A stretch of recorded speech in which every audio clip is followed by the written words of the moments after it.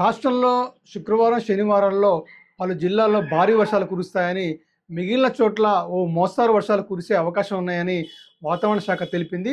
ఉత్తర బంగాళాఖాతంలో అల్పపీడనం ఏర్పడడంతో ఈ ప్రభావంతోనే గంటకు 30-40 కిలోమీటర్ల వేగంతో ఈదురుగాలులతో కూడిన వర్షాలు పడతాయని వాతావరణ శాఖ హెచ్చరించింది.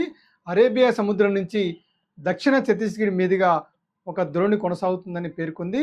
ఈ మేరకు పలు జిల్లాల్లో పసుపు రంగు హెచ్చరికలు కూడా జారీ చేసింది. మరోవైపు బంగాళాఖాతంలో ఏర్పడిన అల్పపీడన ప్రభావంతో హైదరాబాద్ సహా రాష్ట్ర వ్యాప్తంగా గురువారం మొత్తం ముసురువాన కురిసింది. ఏకధాటిగా కురుస్తున్న వర్షంతో జనజీవనానికి తీవ్ర ఆటంకం ఏర్పడింది.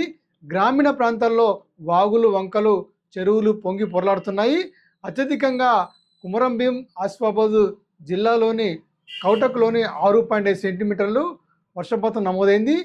ఇదే జిల్లా సిర్పూర్ మండలంలో లోనెవెల్లో చూసుకున్నట్లయితే 5.7 సెంటీమీటర్లు, బుజ్జూరులో 5.2 సెంటీమీటర్లు, పెంచికలపేటలో మండలంలోని ఎల్లవెల్లిలో 3 సెంటీమీటర్లు, భద్రాద్రి కొత్తగూడెం జిల్లా చూసుకుంటే అశ్వరాపేటలోని 2.6 సెంటీమీటర్లు కురిసింది.